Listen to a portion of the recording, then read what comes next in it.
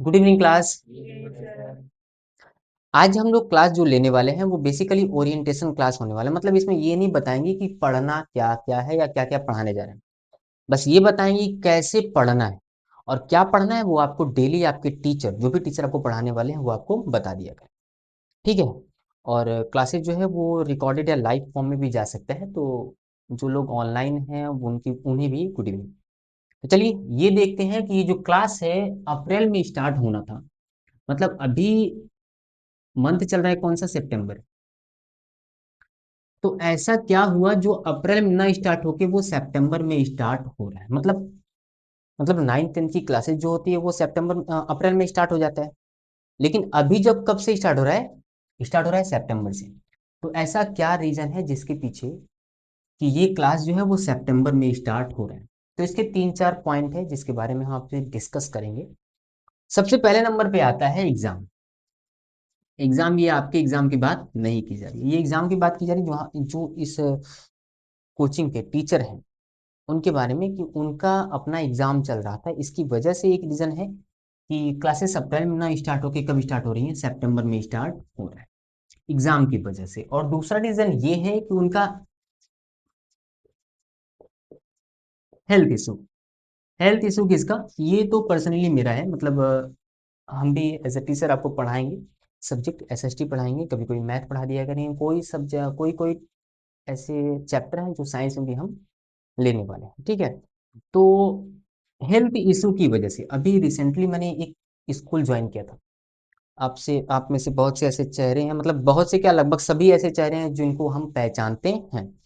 तो आप लोगों को ही पता है कि कुछ दिन पहले हमने एक स्कूल ज्वाइन किया था, लेकिन इसी हेल्थ इशू की वजह से उस स्कूल को हमने क्विट कर दिया, मतलब छोड़ दिया। क्यों छोड़ा, रीजन एक ही था, हेल्थ इशू। तो एक रीजन ये भी है कि क्लास जो है वो स्टार्ट होकर कब स्टार्ट हो रहा है, सितंबर में स्टार्ट हो रहा है।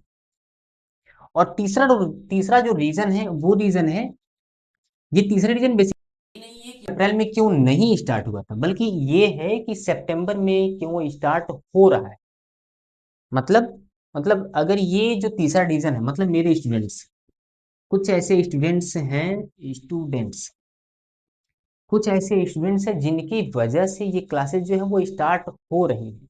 उन्होंने खुद मुझसे पर्सनली कहा है कि सर क्लासेस स्टार्ट कर दीजिए, जिसकी वजह से ये क्लासेस स्टार्ट हो रही हैं। अगर इन्होंने कहा नहीं होता तो ये कोचिंग हमें नहीं लग रहा है कि वो सितंबर में भी स्टार्ट हो सकता था। ठीक है। तो ये 3 4 रीजन है जिसकी वजह से ये क्लासेस स्टार्ट हो रहा है। एक तो ये कि जो मतलब ये दो ऐसे रीजन है जिसकी वजह से क्लासेस नहीं हो पाई यहाँ पे। और ये रीजन है जिसकी वजह से ये क्लासेस जो है वो सितंबर में एटलीस्ट स्टार्ट तो हो रहा है।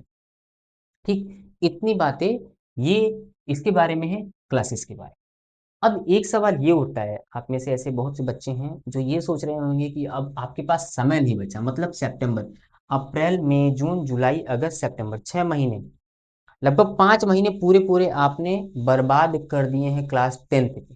ये जो भी क्लासेस मैं बता रहा हूँ, ये जो भी चीजें मैं बता रहा हूँ वो बेसिकली क्लास 10th के लिए ही है। नाइन्थ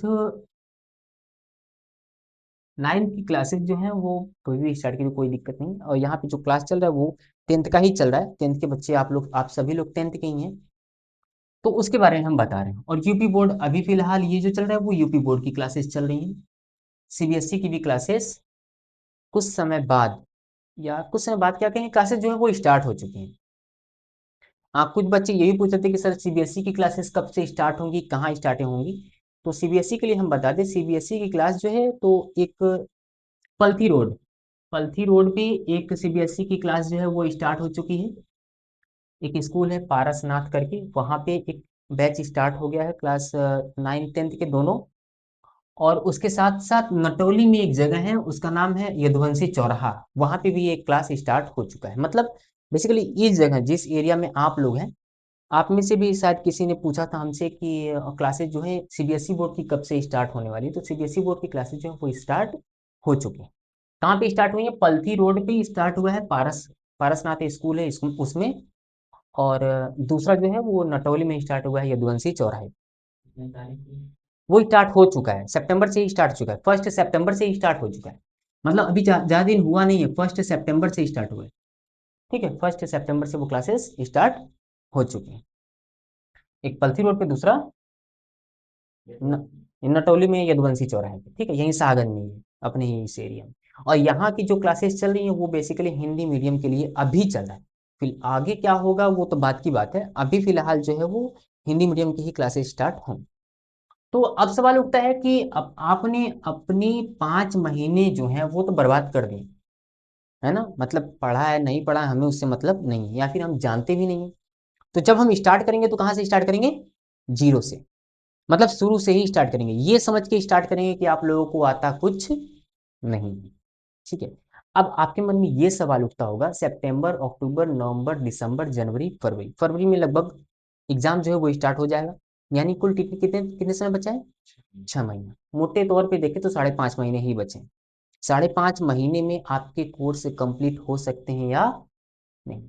आपके मन में ये भी सवाल आएगा, या फिर जो बच्चे लाइव देख रहे हैं उनके मन में भी ये सवाल आ सकता है, ऑनलाइन जो देख रहे हैं उनके मन में भी ये सवाल आ सकता है कि जो क्लासेस 1 सितंबर से स्टार्ट हुआ है वो उनकी कोर्सेज जो है वो कंप्लीट हो पाएंगी या नहीं। तो इनके बारे में मैं बता दूं, जो ये ऐसा सोच रहे हैं, तो इस कोचिंग में ऐसे टीचर हैं, मतलब अगला जो सवाल उठता है क्या चीज की कोर्स कंप्लीट हो पाएगा या नहीं, यही सवाल उठता है। तो हम बता दें इस कोचिंग में ऐसे ऐसे टीचर हैं जो पूरे सिलेबस को सिर्फ और सिर्फ 1 महीने में समअप करके दे दिए, और ये हम हवा में नहीं बोल रहे हैं, हमारे पास पूरा एक्सपीरियंस है। ऐसे टीचर हैं यहाँ पे जिन्होंने सेम सिलेबस को, सेम चीज को 1 महीने के अंदर बच्चों को पढ़ाया है, अच्छे तरीके से पढ़ाया है, और ऐसे ऐसे बच्चों को पढ़ाया है जो पढ़ने में लगभग जीरो थे। 1 महीने पहले आए हैं, सर पढ़ा दीजिए, सर ने पढ़ाया है, पढ़ाने के बाद अच्छे खासे मार्क्स जो है उन्होंने एग्जाम में लाए हैं। तो मतलब इस बात को ही अपने दिमाग से निकाल दीजिएगा कि ये जो बचे 5-6 महीने हैं उसमें आपके कोर्स कंप्लीट हो सकते हैं या नहीं। सीधी सी बात है, कोर्स आपकी कंप्लीट हो जाए, और अच्छे तरीके से रिवाइज करते हुए बकायदा टेस्ट के साथ भी इस कोर्स को कंप्लीट करवाया जाएगा। उसके लिए आप पूरी तरह से निश्चिंत रहिए, और उसकी जो मतलब आपके दिमाग में ये जो बोझ चल रहा होगा उसका पूरा जिम्मा आप अपने टीचर पर दे दीजिए, और बिल्कुल इस मामले में तो बिल्कुल फ्री हो जाए।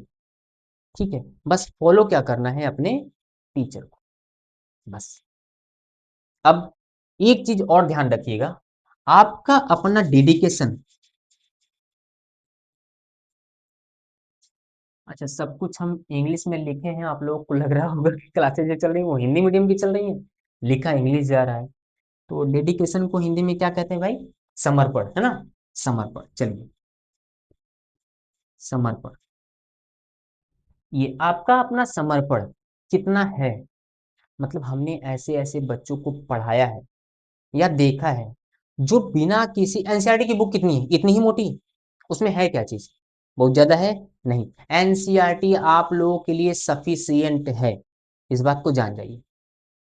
अगर एनसीईआरटी को आपने अच्छे से पढ़ लिया, समझ लिया, बस 100% आपका परसेंटेज जो है अच्छा से अच्छा आ सकता है। एनसीईआरटी अच्छे से पढ़ लीजिए, और एक काम कर लीजिए, क्या चीज? पीवाईक्यू या मॉडल पेपर, बस। आसानी से अब तो मार्केट में मिल भी जाता है।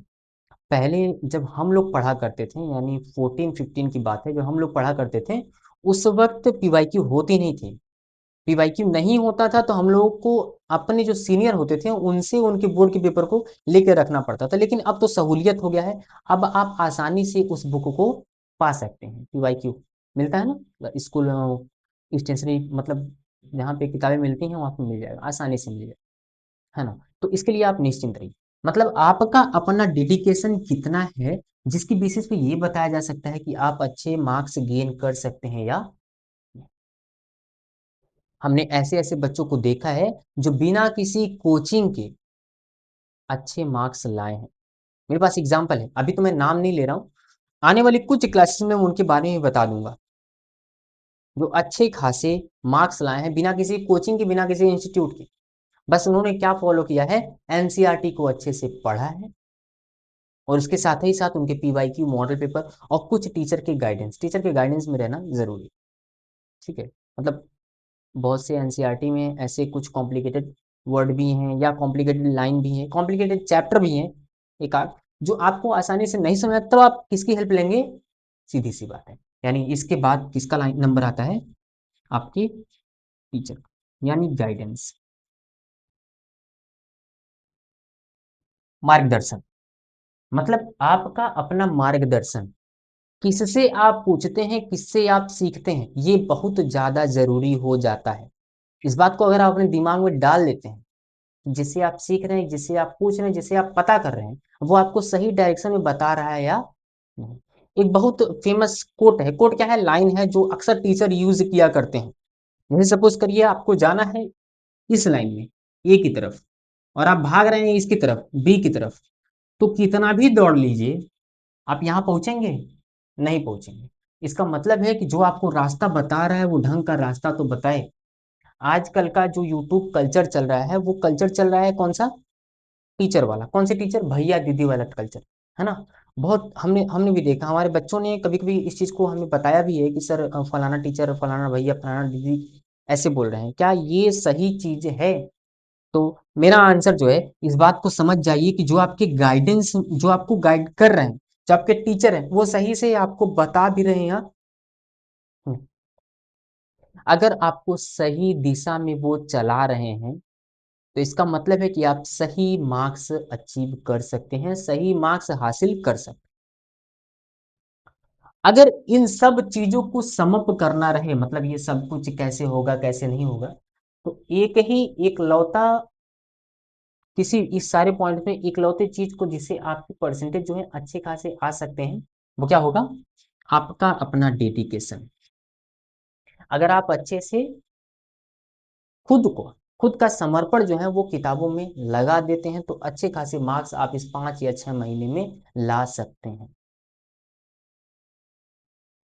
ये रही आज के लिए आज की ओरिएंटेशन क्लास। हालांकि अभी जो क्लासेस हैं वो आपकी स्टार्ट हो जाएंगी, इस वजह से ज़्यादा समय हम ले नहीं पा रहे हैं, और आगे की बात जो है वो हम कल करते हैं। हालांकि कुछ अगर आप लोगों के सवाल हैं तो आप पूछ सकते हैं, 2 4 10 मिनट, और इसके बाद अगला क्लास जो होगा वो आपके गोविंदा सर आके साइंस लेंगे, साइंस की क्लासेस स्टार्ट होंगी, गोविंदा सर स्टार्ट करेंगे। तो कोई सवाल हो तो मैं आस्क। और हाँ, एक बात बता दें, यहाँ पे जो सीबीएसई की क्लासेस जो हैं वो ये पलथी और नटोली में स्टार्ट हो चुका है। यहाँ पे नहीं चल सकता अभी। कुछ बच्चे बोलते हैं कि सर यहाँ पे चलाइए, यहाँ पे नहीं चला सकते हैं, क्योंकि अभी मतलब उस एक दो बच्चों को लेके थोड़े, कि यहाँ पे बच्चे जो हैं, बच्चों की संख्या यहाँ पे अधिक है, तो यहाँ पे आइए, 9th 10th वाले बच्चे यहाँ पे आए, यहाँ पे पढ़ें। यहाँ पे एक दो बच्चों को लेके फिर समय थोड़ा, मतलब टीचर अपने पास बहुत ज़्यादा तो है नहीं, तो इसकी वजह से समय एडजस्ट करने में बहुत दिक्कत हो जा रहा है। ठीक है, तो ये मतलब अगर आप चाहते हैं सीबीएसई बोर्ड से, कुछ बच्चे हमसे पूछ रहे थे इस क्लास में, बार बार कह रहा हूँ, तो यहाँ पलथी या नटौली पे।